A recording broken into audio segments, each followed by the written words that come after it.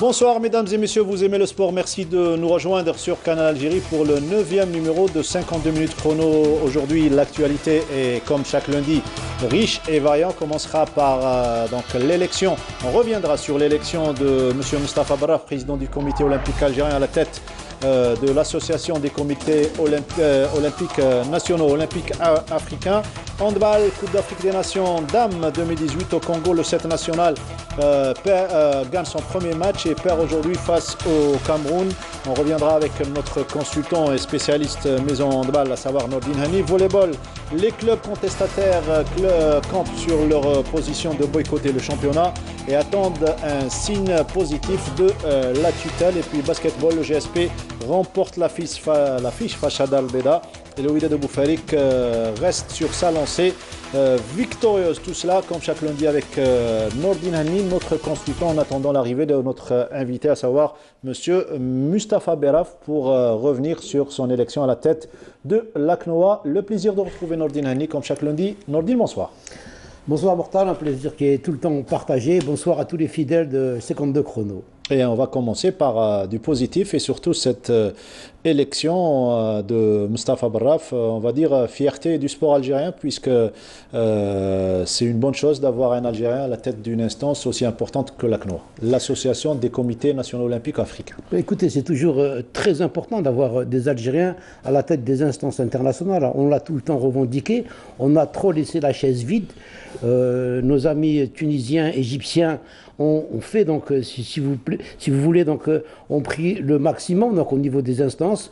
Et puis là, voilà que donc on attendait cette élection et on est très fiers donc que ce soit un Algérien, donc Mustapha Barraf, qui soit donc à la tête de ce comité donc olympique africain. Voilà, Barraf qui était, il faut le rappeler, donc président par intérim après le départ de Lassana à Palinfo, l'Ivoirien. Barraf a été porté à la tête de l'instance africaine après un second tour des élections où il a obtenu 34 voix sur les 54 exprimées contre 20 pour l'autre candidate retenue pour ce tour, à savoir la Burundaise Lydia Nsekera. Victoire écrasante lors des deux tours donc, de cette élection. Bah oui, ça montre donc qu'il a très bien donc, fait son travail, donc en assurant l'intérim, puisqu'on le reconduit donc officiellement. Donc on a été satisfait du travail qu'il a fourni en tant qu'intérimaire. C'est, comme vous l'avez dit, c'est une très, très bonne chose pour l'Algérie d'avoir à la tête d'une aussi grande instance un Algérien qui sera là pour le sport africain mais également pour le sport algérien. Donc tout est bénéfice pour l'Algérie. Une élection qui met un terme à plusieurs mois de turbulence qu'a vécu l'Association des comités nationaux olympiques africains à son sommet. Alors, juste après son élection, il s'est exprimé à nos amis de l'APS. Il a dit que j'essaierai de maintenir la stabilité en travaillant dans la continuité par rapport à ce qu'a fait Palinfo et lui également, puisqu'il était par intérim, président par intérim. Ben écoutez, l'Afrique est en train de faire un bond dans différentes disciplines, donc c'est une bonne chose. Mustapha Barraf, c'est un connaisseur. Il est à la tête du comité olympique algérien depuis très longtemps. Il pourra ramener énormément de choses, et pour le sport africain, et également, surtout pour le sport algérien. On a reçu, il y a de cela 2 saisons, Lassana Palinfo, l'ex-président de l'ACNOA. L'un des objectifs de l'ACNOA à l'époque, et ça sera certainement le cas cette fois-ci, c'est d'arriver à obtenir l'organisation d'une édition des Jeux Olympiques. Le rêve est permis, on va dire? Bien sûr qu'il est permis, ce rêve, bien sûr. Et je pense qu'on va travailler sur cela, parce que l'Afrique mérite d'organiser qu'un pays ou deux, pourquoi pas, organise donc ces Jeux Olympiques. On en a les moyens, il y a des pays qui sont très développés, et pourquoi pas faire des Jeux Olympiques en commun, peut-être avec le Maghreb. Et c'est dans une bonne voie, on va dire, puisque le Sénégal a obtenu le droit d'organiser les JOJ, les Jeux Olympiques de la jeunesse, en 2022. Oui, c'est une très bonne chose, et donc ça va booster un petit peu le sport africain qu'on avait besoin. Je pense que M. Mustapha Barraf est au courant de tous les dossiers donc, qui concernent l'Afrique. Il est très bien introduit auprès du Comité olympique international. Il a de très bonnes relations donc, avec le Comité olympique international. Et je pense qu'il va ramener beaucoup de choses à l'Afrique. Il va jouer, d'après vous, sur ce lien, ce lien fort avec le CIO à sa tête, Thomas Bach? Je pense que le CIO a dû aussi être derrière l'élection de M. Moustapha Barraf. Ils ont une certaine influence sur les différents comités donc, africains. Et je pense que, vu ces relations, le Comité olympique international va être derrière M. Barraf. Et d'après vous, et quand on voit surtout la liste des concurrents, des autres adversaires de Barraf, il n'y a pas photo, il a un cursus plus important, puisqu'il était ancien international, il a été plusieurs années donc, président du Comité olympique algérien, et c'est un vrai acteur du sport algérien, africain et mondial, comparément à la burundaise mais également à Kalkaba Malboum, donc c'est le Camerounais. Il a le profil voulu, comme vous avez dit, il a été athlète, puisqu'il a été international en basket. Il a été également président de la Fédération algérienne de basket. Oui. Ensuite, il est passé donc au Comité olympique algérien. C'est quelqu'un qui a un profil. C'est vrai qu'à un certain moment, on avait des doutes parce qu'on a essayé un petit peu de créer des problèmes de la zizanie au niveau de ce comité olympique après le départ de Palinfo. L'ex-secrétaire général a essayé un petit peu de déstabiliser Moustapha Barraf. On pensait que les pays allaient suivre, mais finalement, il a eu le dernier mot. Bravo à lui. Voilà, bravo à Moustapha Barraf. En tout cas, il a été accueilli. On va voir les images comme un héros à l'aéroport Houari Boumediene. Hier dimanche, il y avait à l'accueil plusieurs personnalités, dont M. Boualifi, l'ex-président de la Fédération algérienne de basketball. Ammar Brahmia, il y avait également Chebbah Rabah, le président de la Fédération algérienne de lutte associée. Brahmia qui est membre du comité olympique, il faut le rappeler, et un drapeau pour fêter tout cela. Ça donne la chair de poule, hein, Nordina. Absolument, donc c'était vraiment donc, un accueil triomphal. Donc c'est ses compagnons de bataille qui étaient là-bas, donc tous des gens du comité olympique algérien qui étaient là-bas pour accueillir en héros. Donc cette victoire de Moustapha Barraf qui est aussi une victoire algérienne comme l'atteste le drapeau algérien. Voilà, une photo souvenir pour immortaliser cet événement et ce moment fort pour le sport algérien, en attendant ce qui va venir comme chose positive pour le mouvement sportif national. On écoute M. Moustapha Barraf au micro de notre collègue, et on la remercie d'ailleurs, Denis Hadjab, qui nous a apporté les impressions à l'arrivée à l'aéroport Houari Boumediene. Je suis très heureux et très honoré de cette élection qui, il faut le dire, l'a été grâce au soutien des membres du comité olympique, membres algériens du comité olympique et sportif algérien, et qui a reçu les faveurs et l'accord de son Excellence, Monsieur le Président de la République, qui n'a ménagé aucun effort pour me soutenir, et je lui en suis extrêmement reconnaissant. C'est le père de la nation et nous avons demandé son accord avant que cette candidature ne soit déposée. Il a donné son accord, il a donné des instructions pour que cette candidature soit soutenue, et je l'en remercie. Je lui exprime au nom de tous les sportifs algériens notre profonde gratitude.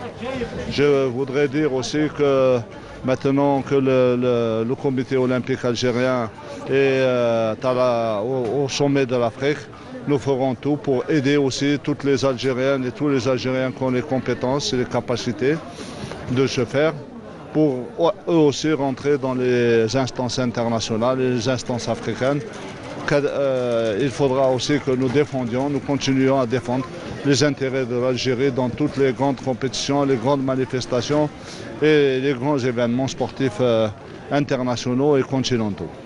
Voilà, c'est important ce qu'il dit, surtout aider les Algériens à les placer dans les différentes instances africaines. On a vu il n'y a pas très longtemps le problème avec la Fédération internationale, la Confédération africaine de handball, où les Algériens pratiquement ne sont pas en nombre par rapport aux Égyptiens, par rapport à d'autres représentants de leurs pays respectifs. C'est important de les avoir bien ancrés dans les instances africaines. Avant de passer aux instances internationales. Mais absolument, parce que c'est là-bas où on peut défendre les intérêts de l'Algérie. Donc, Le fait d'avoir donc des Algériens à la tête de ces instances, c'est un plus pour le sport algérien. Ils sont là pour défendre la discipline, mais également ils sont là pour défendre les intérêts du sport algérien. Je pense que c'est une double victoire pour M. Mustapha Barraf, qui, il faut le rappeler, sans remuer le couteau dans la plaie, est passé par un moment critique au niveau de l'Algérie, mais aussi au niveau donc, de l'Afrique. Je pense que c'est une double victoire. Bravo donc à lui, et j'espère qu'il tiendra parole et qu'il va aider le sport algérien. Voilà, espérons qu'il aura suffisamment d'atouts et de temps, surtout puisqu'un mandat c'est court et donc il faudrait appliquer ce qu'on dit au départ. Absolument, il faut maintenant on va attendre, donc on aurait aimé qu'il soit là avec nous, peut-être qu'il va arriver, il l'aurait dit de lui-même et on aurait retenu ça. Voilà, on essaiera de l'avoir tout à l'heure, sinon ça sera pour une prochaine fois. En tout cas, on aura tout fait pour l'avoir aujourd'hui. Il faut rappeler juste qu'il y aura demain conférence de presse au musée olympique du côté de Ghermoul, musée olympique algérien. Conférence de presse de M. Mustapha Barraf à partir de 10h. Il va revenir certainement sur son élection et sur les objectifs avec l'instance, avec l'association des comités nationaux olympiques africains. On va y revenir, espérons, avec l'arrivée de M. Mustapha Barraf, mais sinon on passe à autre chose. L'événement, c'est la Coupe d'Afrique des Nations 2018 dames de handball qui a débuté hier, surtout pour l'Algérie qui a eu une première victoire, Nordine Hani, face à la Côte d'Ivoire, avant d'enchaîner sur un revers aujourd'hui, face au Cameroun. Écoutez, c'est un revers qui était attendu, hein, plus ou moins attendu. Il faut rappeler, pour ceux qui ne le savent pas, que notre équipe nationale était en hibernation depuis 3 ans et que c'est une équipe qui a été regroupée il y a à peine un mois avant la compétition, donc qui n'a pas eu de stage de préparation, qui n'a pas eu de match de préparation, qui sont partis à l'aventure, il faut le dire. Ils sont pas, on ne va pas dire qu'ils sont partis en touriste, mais ils sont partis à l'aventure. Il y a des filles qui découvrent ce qu'est l'Afrique, c'est pas évident d'aller jouer pour la première fois en Afrique. On avait peur pour ce premier match parce que c'était l'équipe la plus abordable, la Côte d'Ivoire. Finalement, ça s'est bien passé, 27-25. C'est quand même une bonne victoire. Ça permet à l'Algérie de se qualifier pour le quart de finale, puisque c'est des groupes de 5 et les 4 premiers se qualifient. Donc avec une victoire, on se qualifie pour les quarts de finale. Aujourd'hui, donc c'est le Cameroun. Cameroun, c'est quand même une grosse cylindrée qui s'est bien préparée. Et là, le manque de préparation, l'hibernation de 3 ans s'est fait ressentir et on a eu une puissante défaite, 18-32. C'est quand même un score très très large pour notre équipe nationale.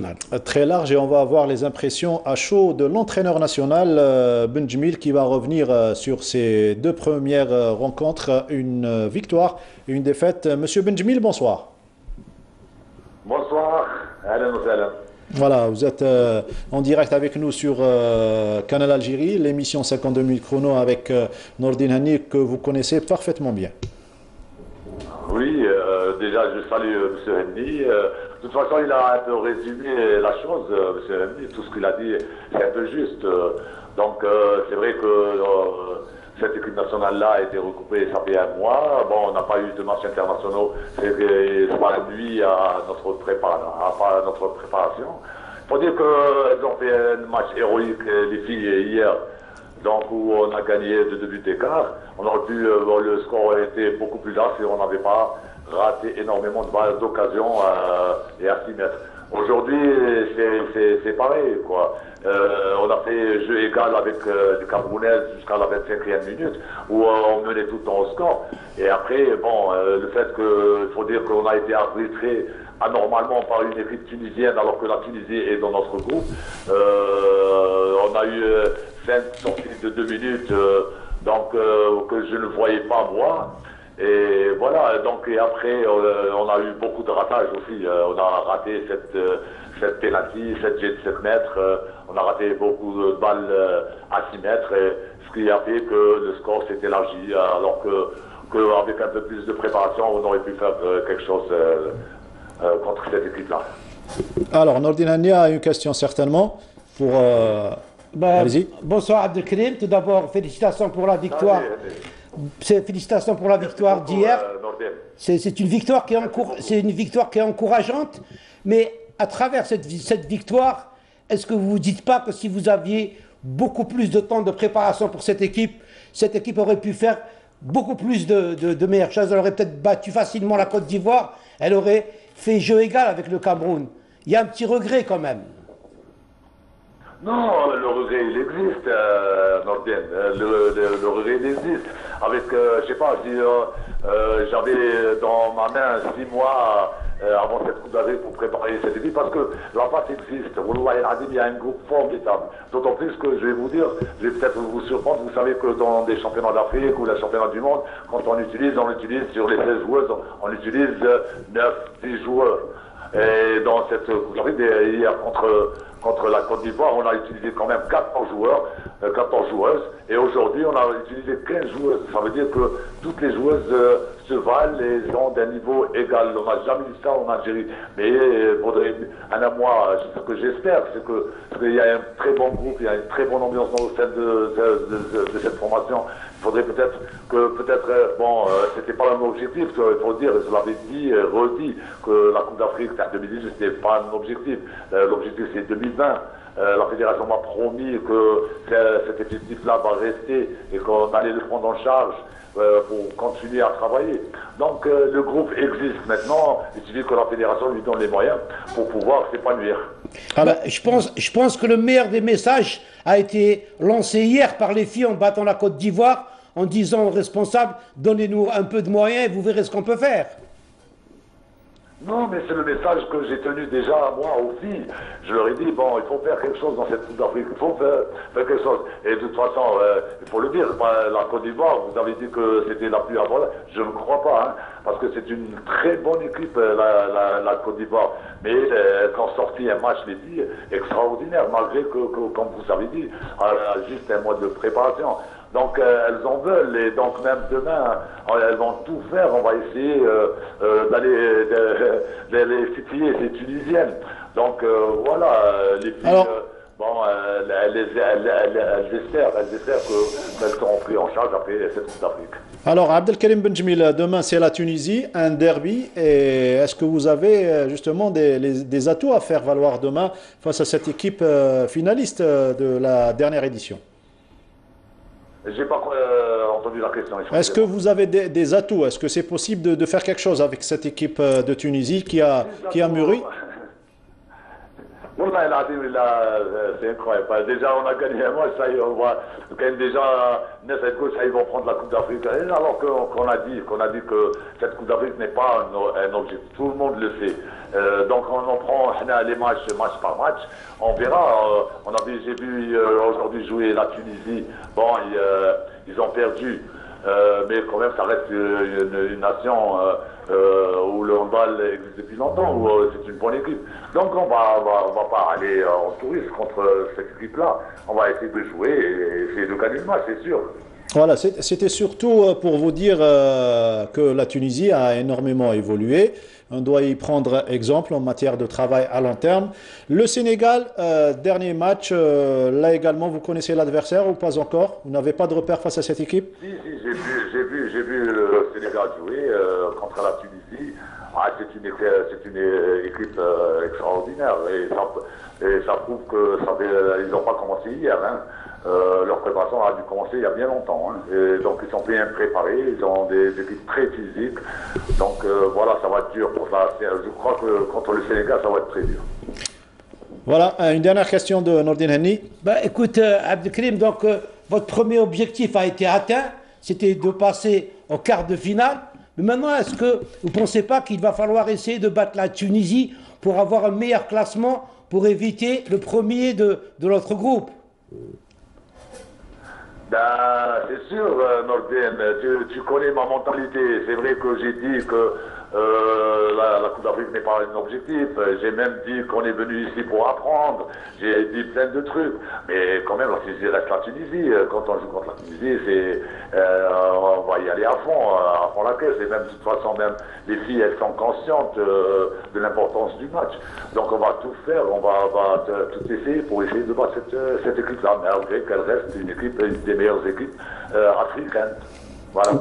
Mais votre philosophie, certainement, c'est le travail à long terme et donc vous n'aimeriez pas être dérangé dans cette besogne. Non, non, c'est sûr. Moi, je l'ai dit, j'en ai discuté avec le président de la fédération, il m'a promis ça, que cette équipe-là va être prise en charge à partir de janvier. Et l'objectif, c'est de préparer une excellente équipe pour 2020. C'est ça l'objectif majeur. Donc, j'espère, je crois en ce projet et j'espère qu'il aboutira. Eh bien, merci, Monsieur Abdelkarim Benjmil, d'avoir été avec nous en direct. Merci pour votre disponibilité. Eh bien, vous souhaite bonne chance, Inch'Allah. Merci, merci, tout le plaisir a été pour moi. Merci. Voilà, c'était l'entraîneur national d'âme. Donc, je rappelle, victoire hier face à la Côte d'Ivoire 27-25 et défaite aujourd'hui face au Cameroun par un score large un petit peu. Oui. Un grand monsieur John Ball qui est Abdelkarim Benjmil, qui a beaucoup donné. Très objectif. Absolument, qui a beaucoup donné au MPO, qui a donné à l'équipe nationale et qui, ces derniers temps, a créé une équipe nouvelle et qui est en train maintenant de faire d'excellentes choses puisqu'il a été, plusieurs fois donc vainqueur de la Coupe d'Algérie dans les différentes catégories de jeunes pour avoir enfin une équipe senior. C'est l'équipe des Castors d'Oran, donc c'est tout le mal qu'on souhaite à Benjmil d'aller le plus loin possible dans cette compétition. Et je souhaite que la Fédération algérienne de handball tienne parole et qu'elle permettra à Benjmil de continuer son travail. Parce que ramener une personnalité comme Benjmil, et puis après faire comme on a l'habitude de faire, après la compétition, d'abandonner l'équipe, ça, il ne faudra pas le faire. Et j'espère qu'ils tiendront parole. Et il faut respecter la personne et respecter le métier d'entraîneur. Voilà Nordine Hani, on va revenir sur le handball tout à l'heure pour parler de l'activité nationale et les championnats Excellence messieurs avec de belles confrontations entre surtout le GSP qui a affronté l'équipe du Sud, à savoir la JS Saoura. On passe au volleyball. La semaine dernière, nous avions reçu le président de la fédération algérienne, Mustafa Al-Mouchi, pour revenir sur les 4 reports. Et là, il y a eu réunion samedi avec les clubs contestataires et ils ont décidé de rester, de camper sur leur position, de boycotter le championnat jusqu'au règlement de leurs problèmes.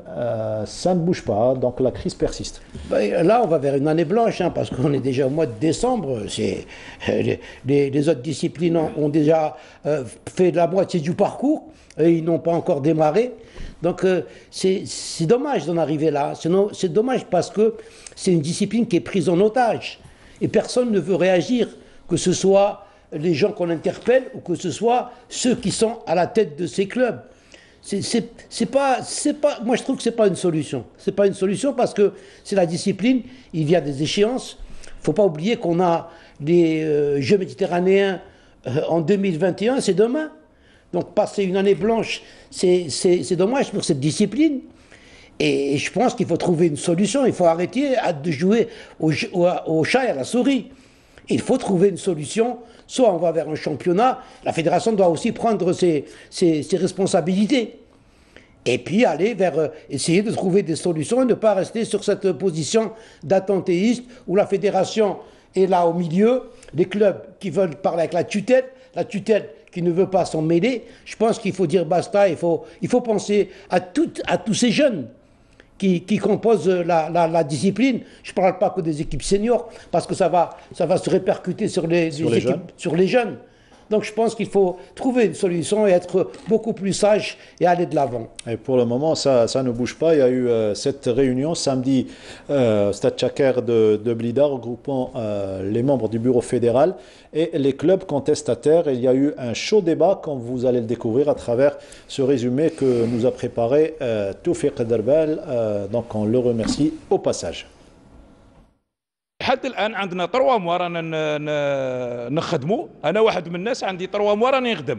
مي لو مير جواز تخدم لك النهار في السمانه 2 ايام ما تجيش كامل ما تقدرش تطبق عليها القانون. On ne peut pas démarrer la saison quand on a parmi nous un club الله يبارك عليه.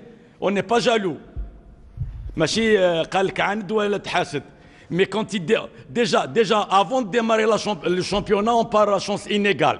Un club qui démarre avec une fortune, un club qui démarre avec les bâtons dans les roues.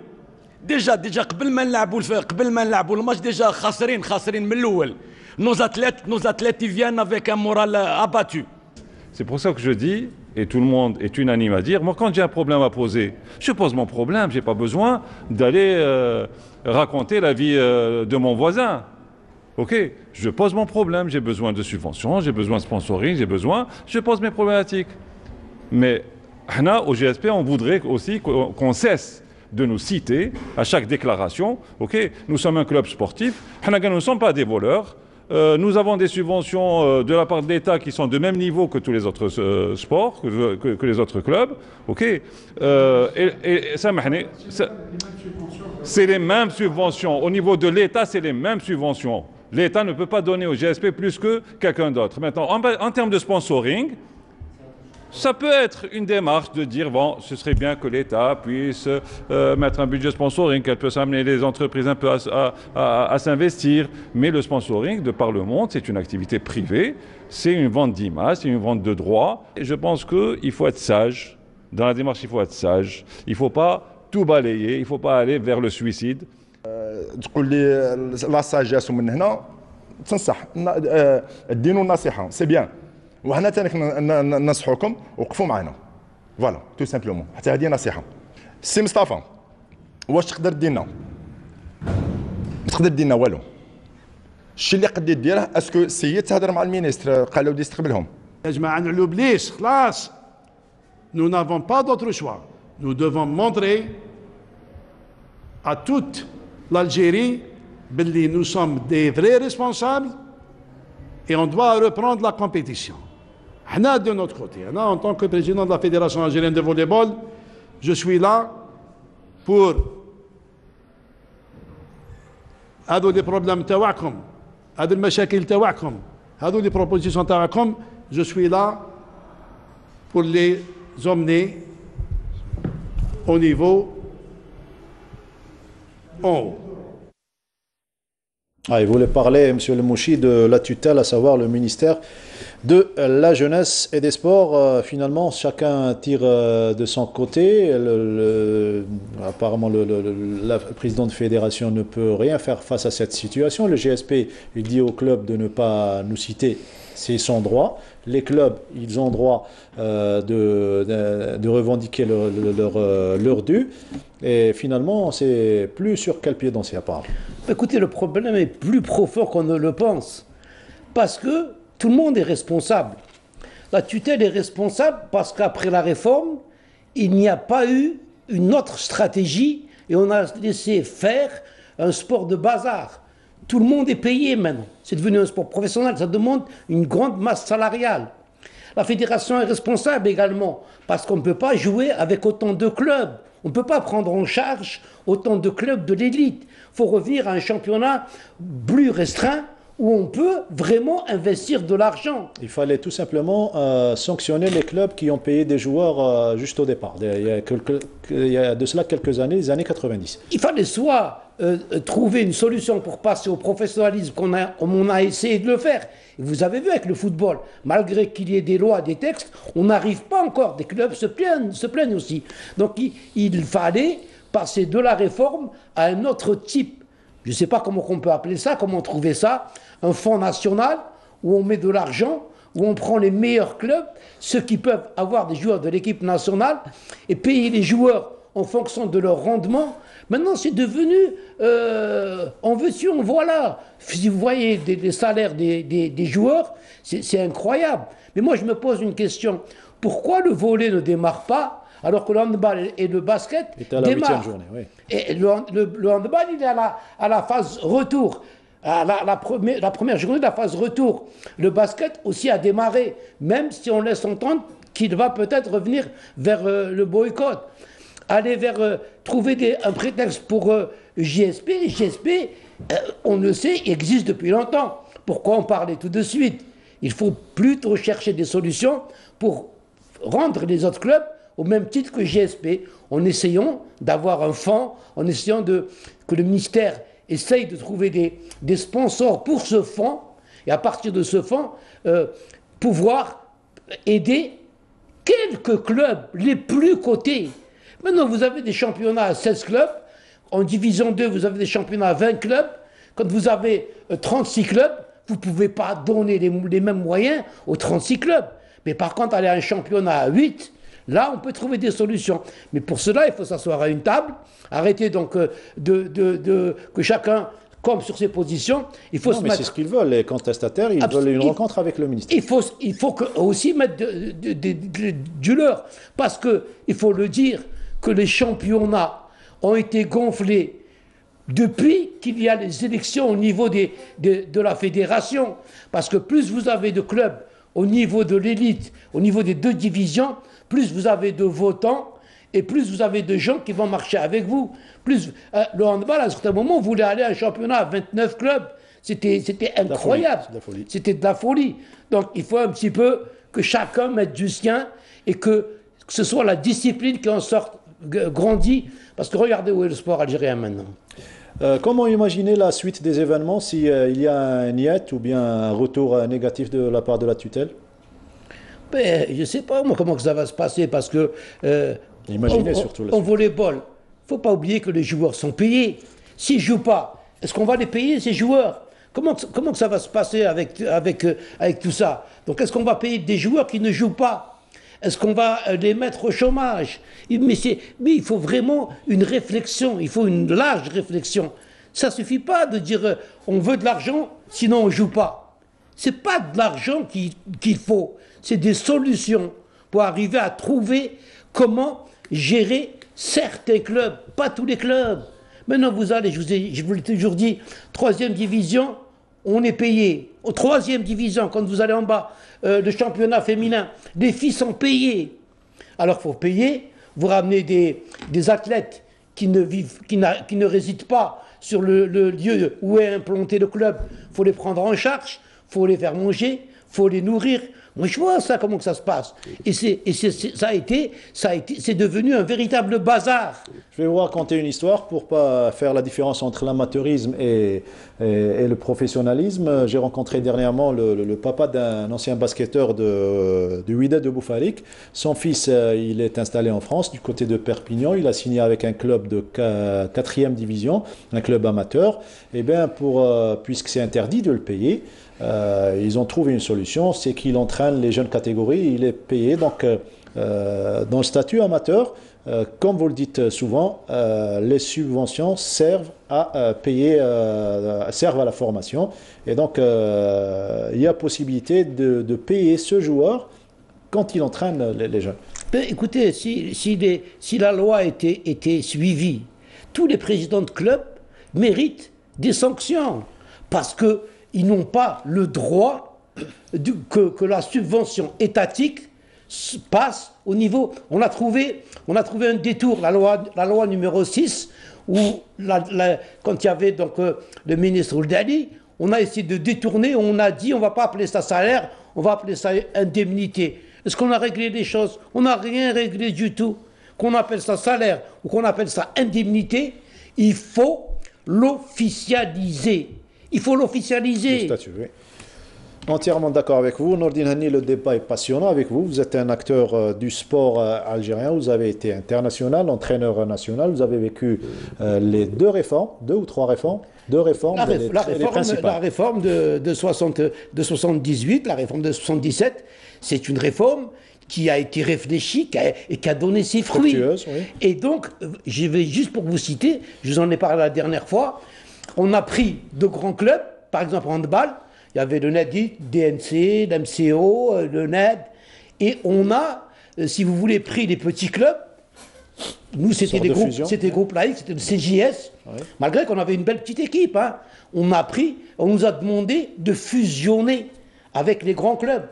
Le CJS qui était à l'époque entraîné par Deloise, devait choisir entre la DNC Alger ou le Nadit Alger. Donc on est parti avec le Nadit Alger parce que Deloise pouvait être l'entraîneur du Nadit Alger. Mais on a fusionné, on a diminué le nombre de clubs. Et ensuite, les gens étaient payés. C'était pas un salaire, c'était vraiment une indemnité. Les gens faisaient des études, travaillaient ailleurs, et c'était des primes qu'on donnait, et c'était un I qui était calculé sur la base des résultats, sur la base des performances, sur la base du vécu en équipe nationale. C'était ça. Et la plupart d'entre eux étaient recrutés dans des entreprises nationales. Voilà. Et il y en a qui sont retraités maintenant des équipes nationales. Ouais. Le NED était à l'ACNAN, était à Air Algérie aussi, à l'ACNAN. Le Mouloudia, c'était Sonatrach. Donc, je connais beaucoup de gens qui sont retraités de Sonatrach. Il y avait une étude, il y avait quelque chose qui avait été fait avec étude des gens qui étaient compétents au niveau du ministère et qui avaient fait à l'époque, c'était Mohamed Baghdadi, et certaines personnalités, Knouch et beaucoup d'autres, je ne pourrais pas les citer tous, qui avaient pondu donc ces textes-là qui ont permis le sport algérien d'arriver à un niveau mondial. Et puis, il y a eu l'arrêt brusque de la réforme parce que les clubs étatiques n'arrivaient plus à avoir les moyens et tout. Mais on a laissé le sport aller tout seul. On a laissé le sport aller tout seul. Et ceux qui sont venus ont instauré un semi-professionnalisme qui est devenu un professionnalisme, puisque maintenant tous les joueurs sont payés. Qui ne dit pas son nom. Et bien payés, et bien payés. Donc c'est des masses salariales. On ne pourra plus. Bientôt tout le monde va s'arrêter. Le volley a commencé, le basket. Il va s'arrêter si ça continue. Le handball, tôt ou tard, il va s'arrêter quand il n'y aura plus assez d'argent. Et tout le sport algérien va s'arrêter. C'est pour ça qu'il y a urgence. Il y a urgence. C'est parce qu'on souhaite, même sur ce rythme, on n'aura plus de choses positives à raconter, et surtout de championnats à relater dans l'émission 52 minutes chrono. Alors s'il vous plaît, trouvez une solution rapidement. On reste avec vous pour parler quelqu'un d'autre, donc de handball, pour parler du match GSP. JS Saoura, le représentant du Sud. Au match aller, le GSP s'était imposé sur un but d'écart. Et cette fois-ci, la tâche a été également difficile pour les gars de Reda Zghili. Ben écoutez, le GSP passe il est dans une mauvaise passe. Hein. Après son nul donc, face à Brari, sa défaite face à Intouta, il a gagné difficilement la semaine d'avant en match retard de la 3e journée contre Al-Harrouch, de 3 buts d'écart. Et puis là, il recevait la JS Saoura, qui est une équipe qui est montée cette saison. Donc c'est une équipe qui, en principe, ne devait pas poser de problème à cette équipe du groupement sportif des pétroliers, qui, malgré le handicap, donc les blessures du joueur... l'arrière gauche. Donc du joueur du GSP. Du GSP, donc. Non, Berkous.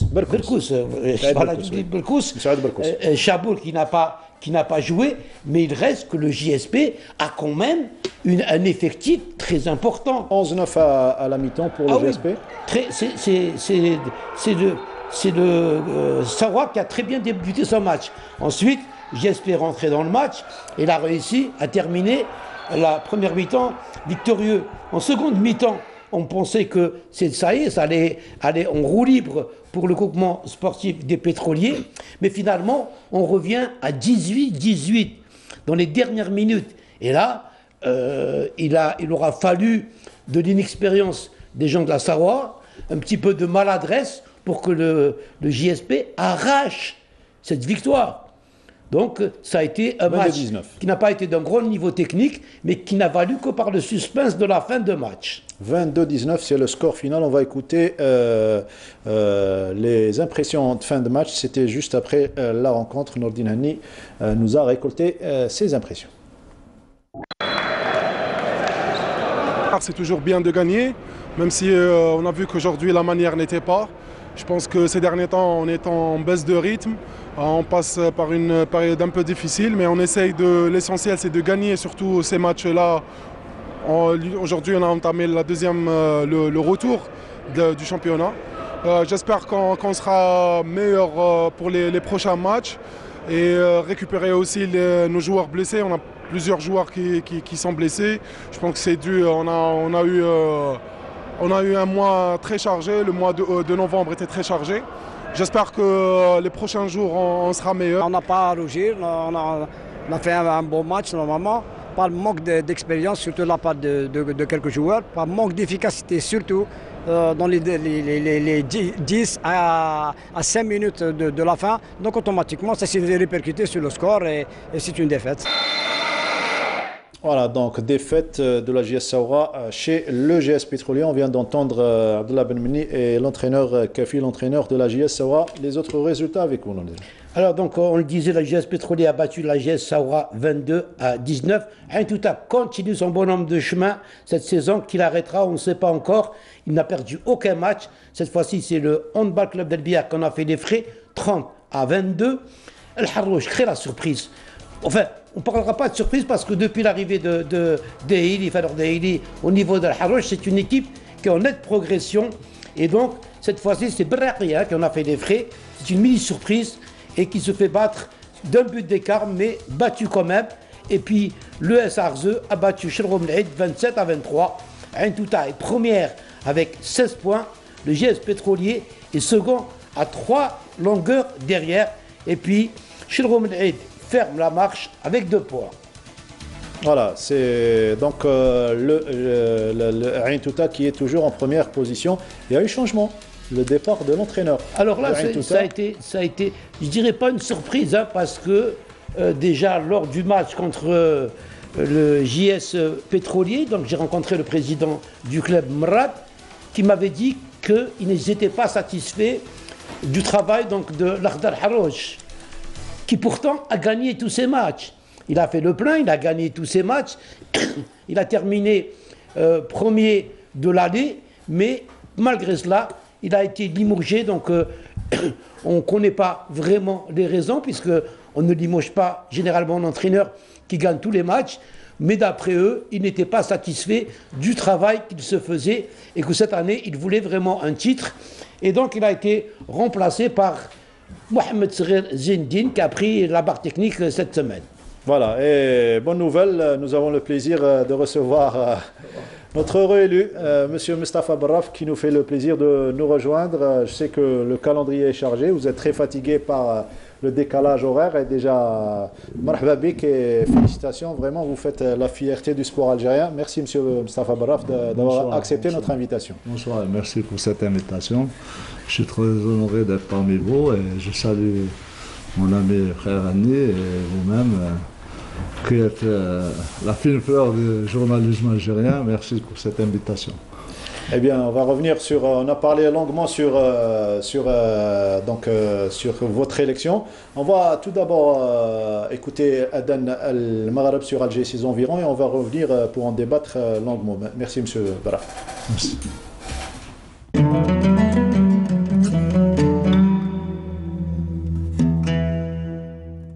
بسم الله الرحمن الرحيم إن الصلاة كانت على المؤمنين كتابا موقوتا صدق الله العظيم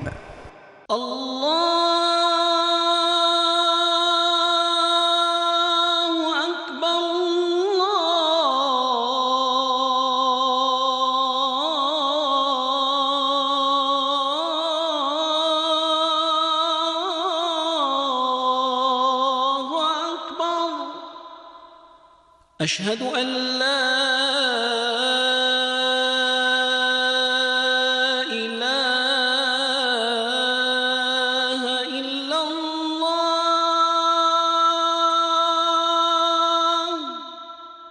أشهد أن لا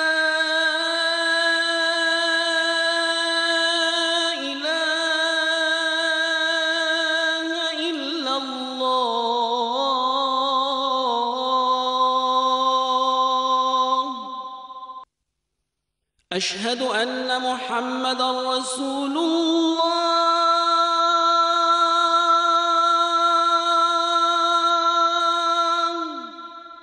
أشهد أن محمدًا رسول الله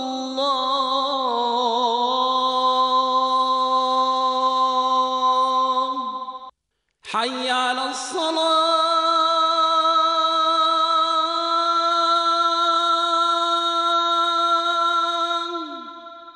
حي على الصلاة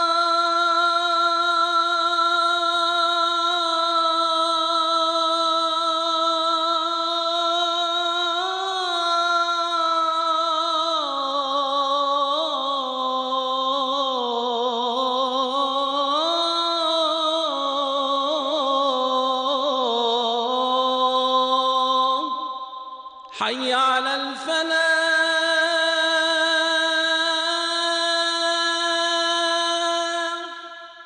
حي على الفلاح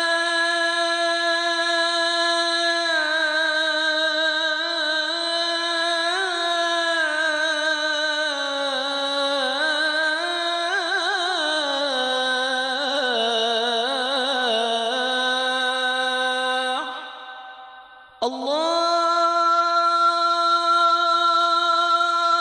أكبر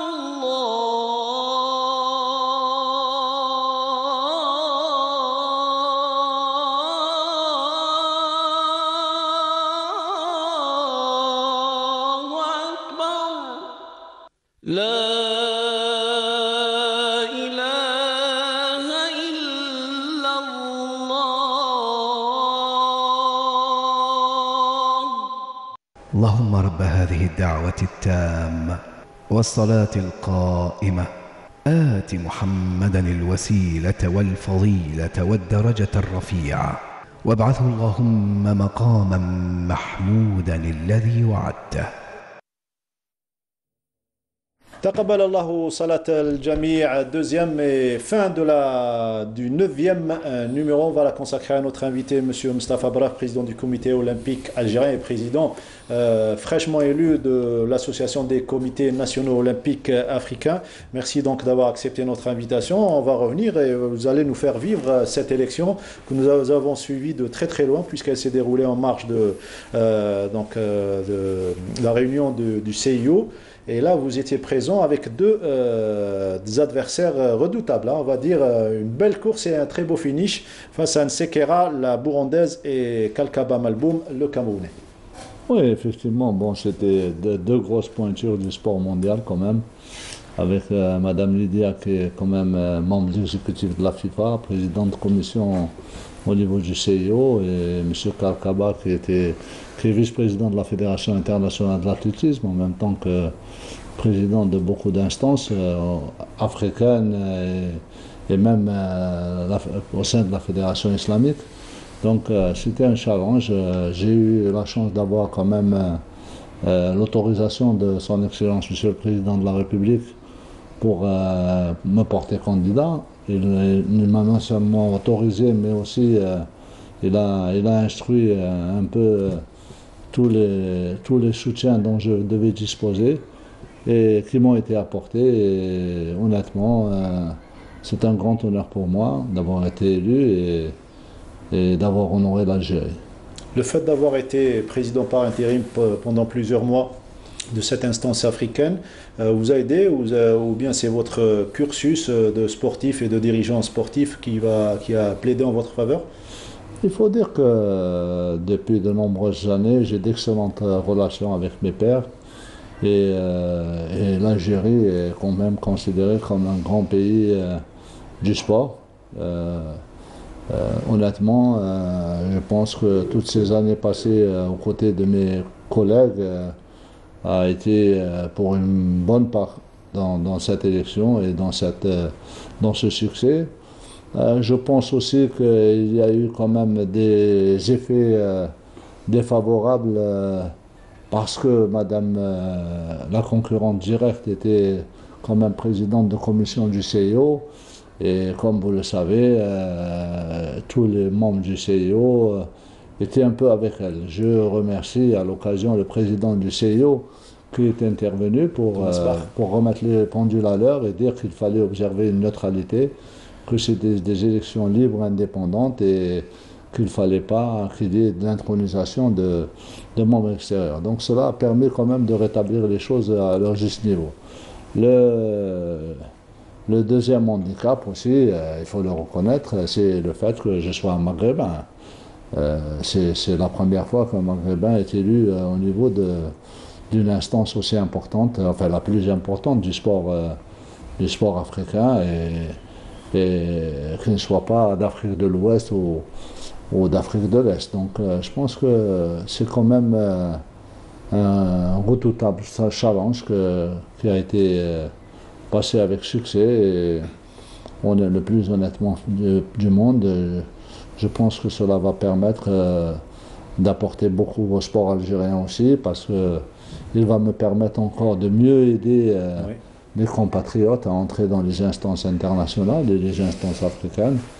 Nous avons la chance aujourd'hui quand même d'avoir un bon portefeuille, des connaissances accrues avec la majorité des présidents de fédérations internationales qui sont devenus avec le temps presque tous des amis, et cela normalement devrait permettre d'aider tout un chacun, toutes les Algériennes et les Algériens qui ont les compétences et qui ont les capacités d'entrer dans les instances internationales. Ce sera en tout cas une des priorités de mon action. Quels ont été les atouts pour convaincre les participants à ce scrutin? Vous savez, les gens évaluent aussi l'honnêteté et l'intégrité.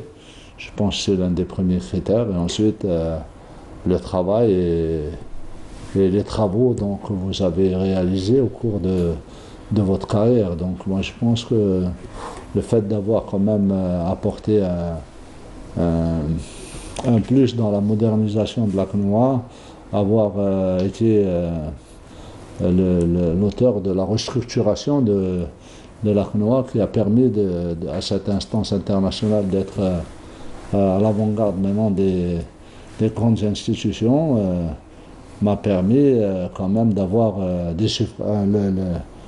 le bien fondé des suffrages. Je pense aussi que, honnêtement, c'est la relation humaine. La relation humaine et probablement l'amitié que j'ai avec beaucoup de camarades du mouvement olympique africain. Question de Nordal. Je sais que vous n'aimez pas qu'on parle du passé, mais je pense que c'est une double victoire pour vous. Par rapport à tous les remous qu'avait connus donc, le sport algérien, donc un certain conflit qu'on ne va pas nommer, qui a existé, donc c'est une double victoire. Honnêtement et sincèrement, on ne peut pas parler de victoire d'Algériens sur des Algériens. On est tous des Algériens, on doit être unis. J'avais prévu aussi d'adresser un message, un hommage à tous les immigrés, à tous nos amis et tous nos compatriotes immigrés. Je pense que la première des victoires, c'est celle de l'Algérie. J'ai dit à la fin de l'élection qu'il n'y avait pas de gagnants, il n'y avait pas de perdants, qu'on devait unir nos forces pour affronter l'avenir, affronter les défis de l'avenir. J'ai toujours dit en Algérie qu'il fallait nous unir, qu'il fallait nous rassembler autour de projets communs, de visions, qu'il fallait que chaque compétence apporte, soit libre d'apporter ses opinions. Bon, il y a quelquefois des dépassements. Ça fait partie du cas. Ça, c'est l'être humain. Moi aussi, peut-être que j'ai fait des erreurs, et Kamalouillah. Est-ce que le fait d'être maintenant président de la CNOA ne va pas vous déranger dans votre poste de président du comité olympique algérien? Non, honnêtement, le fait d'être président de l'association des comités olympiques d'Afrique est un plus. Et le plus honnêtement du monde, je ne me serais jamais départi des responsabilités que j'ai au niveau de mon pays. C'est mon pays, c'est ma vie, c'est ma famille, c'est le peuple algérien. Je fais partie de ce peuple, je suis un citoyen algérien avant tout. Et bien qu'aujourd'hui on parle de mondialisation, on dit voilà, on est tous des citoyens du monde, l'Algérie, on l'a profondément dans nos cœurs et dans nos âmes. Et je pense qu'il faut que, même si je dois partir, parce que tout le monde doit partir un jour ou l'autre, il faut qu'on prépare quand même l'avenir et que tous les contours de cette succession soient mis en place pour permettre à quelqu'un qui peut tout aussi bien faire de réaliser les objectifs assignés par le mouvement olympique et sportif algérien. Président, on profite de l'occasion de votre présence. On a parlé, ça fait 3 émissions qu'on en parle, surtout la crise un petit peu qui secoue surtout et notamment les sports collectifs. Il y a eu, vous êtes au courant, 3 reports du championnat du basket et le championnat a débuté tant bien que mal. On est à la 5e journée. Le volleyball ne veut pas commencer. Les clubs contestataires campent sur leur position. Ils demandent sur surtout une amélioration de la situation financière. Vous qui aviez vécu un petit peu les réformes, surtout les différentes étapes du sport algérien à partir des années 70, quel est votre avis justement sur cette situation? Je comprends très bien que les responsables de ces clubs soient mus par des soucis de mieux faire, de porter leur club au sommet et de le donner à tous les athlètes et aux techniciens de bonnes conditions. Mais je vais profiter de cette occasion pour demander à tout un chacun d'aller vers le dialogue. Il y a un ministre de la jeunesse des sports qui est un homme d'État, c'est un homme de dialogue. Il faut que le dialogue soit entaché de bonne volonté et que chacun d'entre eux, chacun d'entre nous tous, essaie d'apporter une pierre à cet édifice. Est-ce qu'il a réellement des solutions? Il y a cette question qui taraude les esprits, qui porte sur les moyens de la Sonatrach. Mais moi, je pense qu'il ne faut pas s'attacher à ces questions, parce que la Sonatrach est une entreprise, elle est libre de sponsoriser, de financer là où elle a le plus de visibilité. Et je pense que c'est une entreprise citoyenne qui a beaucoup fait pour le sport, elle aussi.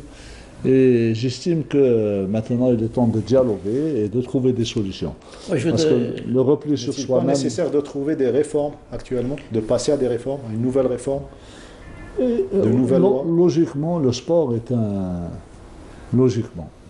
Et d'un point de vue organisationnel, le sport est composé d'entités libres, démocratiques et indépendantes.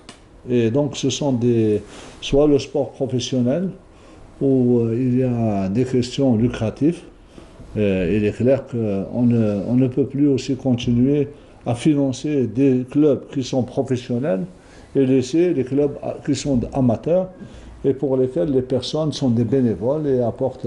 Si moi je suis patron d'une entreprise qui s'appelle Club X ou Club Y, je dois être en mesure de trouver les mécanismes qui me permettent d'assumer une responsabilité à ce club.